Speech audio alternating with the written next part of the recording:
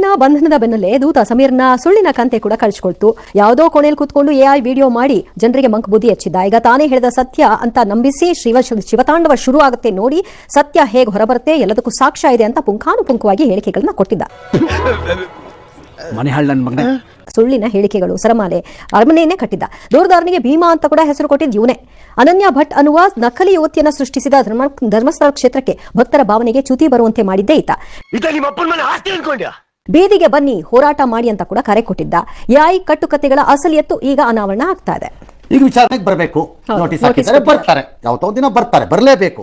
ಬರ್ದೇ ಇದ್ರೆ ಅಬ್ಸ್ಕಾಂಡರ್ ಆಗ್ತಾರೆ, ಅಬ್ಸ್ಕಾಂಡರ್ ಆದ್ಮೇಲೆ ಅರೆಸ್ಟ್ ಆಗುತ್ತೆ, ಬೇರೆ ಏನೋ ಪ್ರಾಬ್ಲಮ್ ಆಗುತ್ತದು. ಕರ್ನಾಟಕ ಪೊಲೀಸರ ಹತ್ರ ನಿಮ್ಮ ಆಟ ನಡೆಯಲ್ಲ,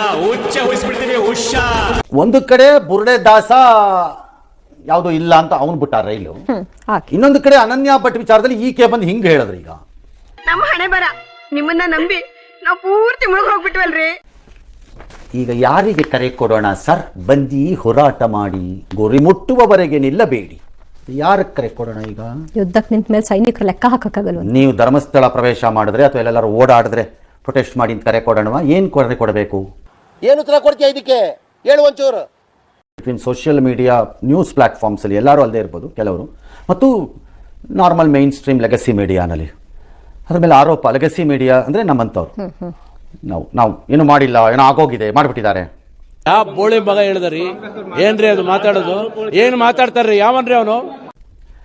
ಏನೂ ಮಾಡದೆ ಸುಮ್ಮನಿದ್ರು, ಅಟ್ಯಾಕ್ ಮಾಡ್ಕೊಂಡು ಕೂತಿದ್ರು. ಹೌದು, ಯಾಕೆ ಬಾಯಿ ಮುಚ್ಕೊಂಡಿದ್ದೀರಿ, ಏನ್ ತಗೊಂಡ್ರಿ, ಈಗೆಲ್ಲ ಕೇಳಿದ್ರು. ಅಪ್ಪನ ಮನೆ, ತಾತನ ಮನೆಯಿಂದ ಬಂದು ನಡೆಸ್ತಾ ಇದ್ದೀನಿ ನಾವು ಟಿವಿನ. ಕಚಡ ಬೆವರು ಸುರಿಸಿ ಕಟ್ಟಿದೀವಿ ಸಂಸ್ಥೆಗಳನ್ನ. ನಿಮ್ ತರ ಹೇಸಿಗೆ ತಿಂದಿಲ್ಲ ನಾವುಗಳು.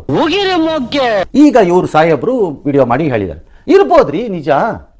ಯಾವ್ದು ಸರ್ ನಿಜ? ವಿಡಿಯೋಲ್ ಬಂದಿರೋದು. ಅವನು ಮಾಸ್ಕ್ ಮ್ಯಾನ್ ಹೇಳ್ತಾನೆ, ಗುಂಡಿ ತೋಡಿ ಸತ್ಯ ಹೊರಗೆ ಬಂದ್ಬಿಡ್ತಾರೆ. ಇರ್ಬೋದು, ಮಾಸ್ಕ್ ಮ್ಯಾನ್ಗೆ ಅರಿವಿಲ್ಲದ ಇವ್ರಿಗೆ ಅರಿವು ಇರ್ಬೋದಲ್ಲ. ನೀವು ಬೇರೆ ರೂಟಲ್ಲಿ ಬರ್ತಾ ಇದ್ದೀರಾ. ಅವ್ರಿಗೆ ಗೊತ್ತಿರ್ಬೋದು ಎಲ್ಲಿದೆ ನೂರ್ಬಾಡಿ ಅಂತ, ಇವ್ರಿಗೆ ಗೊತ್ತಿರ್ಬೋದು ಅನನ್ಯ ಭಟ್ ಎಲ್ಲಿದ್ದಾಳೆ ಅಂತ. ಮತ್ತೆ ಇನ್ನೊಬ್ಬನ್ ಕಳ್ಸೋದ್ ಬದಲು ಖುದ್ದು ಇವರೇ ಬರ್ಬೇಕು. ಬೇಡ ಅಂತ ಬಿಟ್ಟಿದ್ರು, ಈಗ ಅವರೇ ಬರ್ತಾರೆ. ಬಲ ಭೀಮನಂತೆ ಅವರೇ ಬಂದು ಹೇಳ್ಬೋದು. ಈಗ ನಿಮ್ಗೆ ಏನ್ ಗೊತ್ತು? ನಿಜವಾದ ಜೀವಂತ ಸಾಕ್ಷಿಗಳು ಇವರೇ. ಹಾಗಾದ್ರೆ ಇರ್ಬೋದು. ಅಪ್ಪ ತಂದೆ, ನಿಮ್ಮಿಬ್ಬರು ಮಧ್ಯದಲ್ಲಿ ನಾನು ಬಂದಲ್ಲ, ನನ್ನ ಕೆರ ತಗೊಂಡು ನಾನೇ ಹೊಡ್ಕೋಬೇಕು. ನಾನು ಈಗಲೂ ಫುಲ್ ಸಪೋರ್ಟ್ ಅಪ್ಪ.